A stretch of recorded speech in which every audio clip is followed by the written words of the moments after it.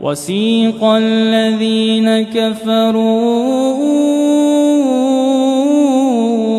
إلى جهنم زمرا حتى إذا جاءوها فتحت أبوابها وقال لهم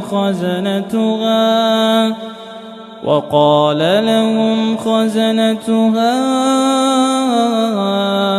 ألم يأتكم رسل منكم يتلون عليكم آيات ربكم وينذرونكم لقاء يومكم هذا؟ قالوا بلى ولكن حقت كلمة العذاب على الكافرين. قيل ادخلوا أبواب جهنم خالدين فيها فبئس مثوى المتكبرين.